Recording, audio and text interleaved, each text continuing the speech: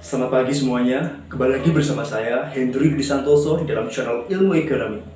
Baik teman-teman semuanya, pada kesempatan kali ini saya akan bahas terkait dengan alasan kenapa selalu terjadi kenaikan harga kebutuhan pokok menjelang Ramadan di Indonesia. Pada dasarnya, kenaikan harga bahan pangan menjelang Ramadan ini bukanlah menjadi rahasia umum bagi kalangan masyarakat yang ada di Indonesia. Karena pasalnya, setiap tahun ketika menghadapi hari-hari besar seperti bulan Ramadan, Hari Raya Idul Fitri, itu selalu mengalami kenaikan harga. Hal ini memang dipicu karena adanya tren konsumsi dari masyarakat itu tinggi terhadap kebutuhan pokok, entah itu buat makan-makan, entah itu buat masakan, entah itu buat dijual sebagainya. Sehingga banyak sekali bagi faktor kenapa terjadi kenaikan bahan pokok menjelang Ramadan. Ya, kenaikan itu terjadi misalkan sebagai contoh, itu biasanya dialami untuk bahan baku beras, kemudian telur, kemudian gula, minyak, ya, bawang merah, bawang putih, cabai, daging sapi dan sebagainya. Sehingga kebutuhan-kebutuhan pokok itulah yang biasanya memang sering menjadi ketakutan bagi masyarakat yang ada di Indonesia ketika sedang menghadapi yang namanya hari besar keagamaan, khususnya pada saat menjelang bulan Ramadan. Oke, seperti halnya di tahun 2023 ini, di mana seperti harga telur mengalami peningkatan, di mana yang awalnya hanya sekitar 28.000 per kilo sekarang menjadi 30.000 per kilo. Kemudian cabai rawit yang awalnya hanya 50.000 per kilo sekarang naik menjadi 70.000 per kilo. Kemudian daging ayam yang awalnya 25.000 per kilo menjadi naik menjadi sekitar 31 sampai 32 per kilo. Ini menjadi ketakutan bagi masyarakat. Karena apa? Karena itu berhadapan dengan hari-hari besar yang tentunya mereka butuh pengeluaran uang yang banyak, kan gitu. Nah, yang menjadi alasannya, apa yang menjadi alasan kenapa kok terjadi kenaikan harga bahan pangan ketika adanya menjelang Ramadan? Kan dengan banyaknya uang yang dikeluarkan oleh masyarakat untuk kebutuhan Ramadan, tentu masyarakat harus bisa membagi uang, manajemen uang dengan sangat baik, apalagi menghadapi berbagai kenaikan kebutuhan bahan pokok, ya, yang pastinya sangat perlu dibutuhkan ketika hari-hari besar keagamaan seperti itu. Nah, sebenarnya kenaikan harga kebutuhan pokok menjelang Ramadan ini bukanlah tanpa alasan. Pasti akan banyak bagi faktor yang melatar belakangnya.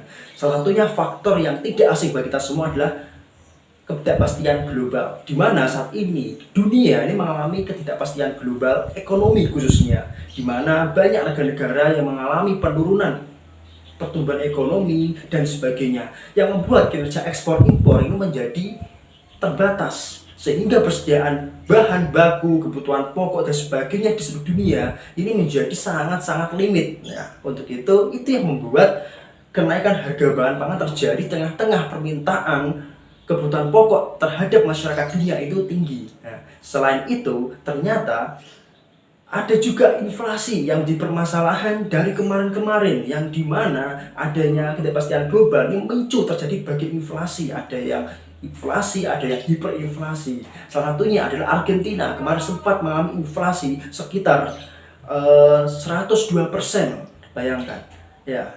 Kemudian Amerika Serikat itu juga mengalami kenaikan inflasi sekitar 8-9%, dan negara lainnya. Ini menjadi bukti bahwa tidak hanya Indonesia yang mengalami kenaikan harga, akan tapi juga seluruh dunia akibat adanya ketidakpastian ekonomi global. Ya, bahkan digadang-gadang tahun 2023 ini mengalami resesi, tapi alhamdulillah Indonesia tidak mengalami resesi akibat pertumbuhan ekonomi Indonesia ini masih stabil di level 5% seperti itu. Semoga kita doakan saja yang baik-baik saja, ya, seperti itu.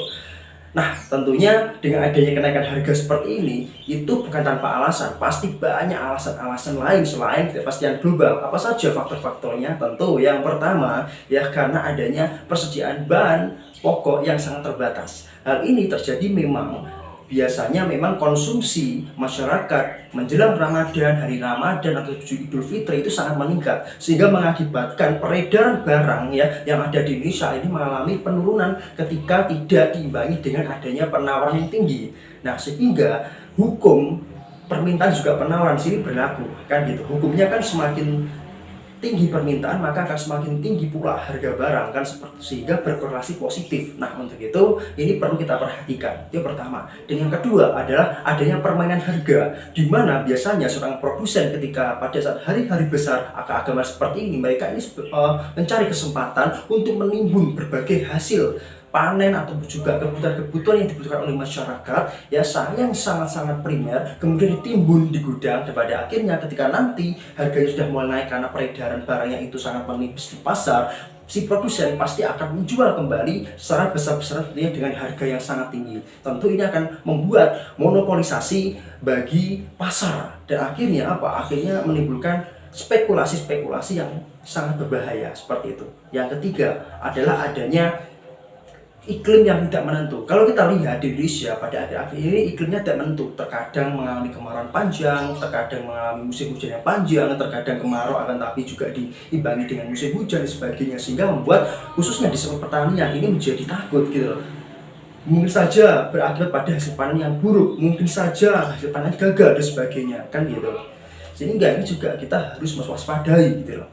Kemudian selanjutnya itu adanya distribusi yang terlalu panjang. Nah, kalau kita lihat di dalam teori ekonomi, semakin panjang distribusi maka harga-harga kebutuhan barang itu juga akan semakin meningkat. Hal ini terjadi karena setiap perantara tentu kan ketika menjual mengingat namanya bonefit, keuntungan. Tidak mungkin dong setiap perantara tanpa keuntungan. Pasti dia akan mematok keuntungan yang mengakibatkan harga-harga barang itu mengalami peningkatan ya. Jadi semakin panjang distribusinya akan semakin tinggi pula harganya, apalagi ketika di bulan Ramadan seperti ini di satu distrik misalkan di Jakarta itu adanya keterbatasan telur. Nah, sehingga kan Jakarta itu harus menyediakan telur dari wilayah lain yang mengakibatkan distribusinya menjadi semakin tinggi, belum lagi biaya-biaya lainnya dan sebagainya, kan gitu. Kemudian yang terakhir ini dikarenakan apa? Dikarenakan kurang adanya pengawasan yang ketat ya, baik dari pemerintah sendiri. Kenapa? Ya karena memang di sini walaupun pemerintah sudah melakukan pengawasan, melakukan sidak pasar ataupun juga melakukan operasi pasar, kejualan pasar untuk melihat kenaikan harga mana saja yang tentunya sangat primer. Tapi faktanya di lapangan ketika pemerintah itu mengatakan sudah melakukan kunjungan pasar, kemudian menetapkan sebuah kebijakan, tetapi ternyata masih saja mahal ya. Kenapa? Ya karena memang pengawasan sangat minim sekali gitu loh. Aturan itu juga nggak kuat gitu, yang mengakibatkan harga kebutuhan pokok ini menjadi terus meningkat dan tidak bisa stabil seperti itu.